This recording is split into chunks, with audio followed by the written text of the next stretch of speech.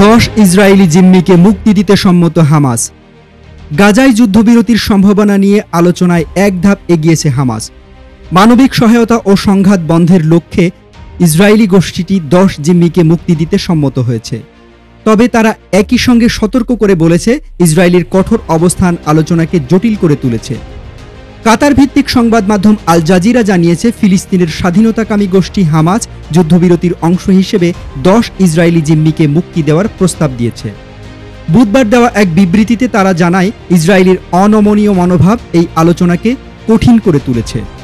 হামাসের শীর্ষস্থানীয় নেতা তাহের আল নুনু বলেন, আমরা একটি সম্মানজনক যুদ্ধবিরতির লক্ষ্যে প্রস্তাবে সম্মতি দিয়েছি।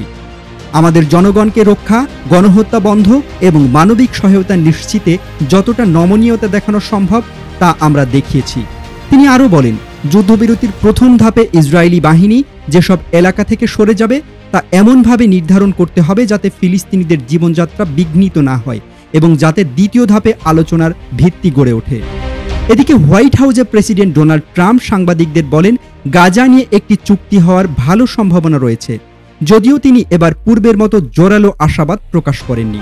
ওয়াশিংটন থেকে আল জাজিরা সংবাদদাতা প্যাটি কালহেইন জানান, নেতানিয়াহুর সফরের আগে যেভাবে প্রেসিডেন্ট ট্রাম্প যুদ্ধবিরতির বিষয়ে আশাবাদী ছিলেন, এখন আর তেমনভাবে তা বলছেন না।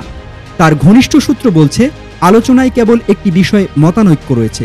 তবে হামাস বলছে, একটি বিভ্রান্তিকর কারণ তারা এখনও স্থায়ী যুদ্ধবিরতির নিশ্চয়তা, ইসরায়েলি সেনাবাহিনীর অবস্থান নির্ধারণ এবং মানবিক সহায়তা বিতরণের নির্ভরযোগ্য ব্যবস্থাপনার দাবিতে অনড়।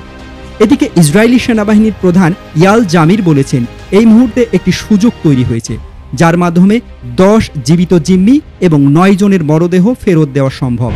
তবে আলোচনার অগ্রগতি সত্ত্বেও গাজায় সংঘাত থামেনি। বুধবার ইসরায়েলি বাহিনীর হামলায় অন্তত 74 জন ফিলিস্তিনি নিহত হন।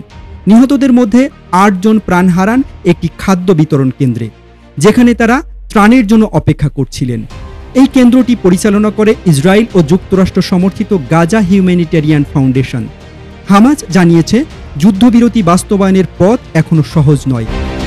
আলোচনার টেবিলে এখনও রয়েছে বহু গুরুত্বপূর্ণ ইস্যু, জরুরি ত্রাণ প্রবাহ নিশ্চিত করা, ইসরায়েলি সেনা প্রত্যাহার এবং যুদ্ধ চূড়ান্তভাবে বন্ধের বিষয়ে নির্ভরযোগ্য নিশ্চয়তা অর্জন।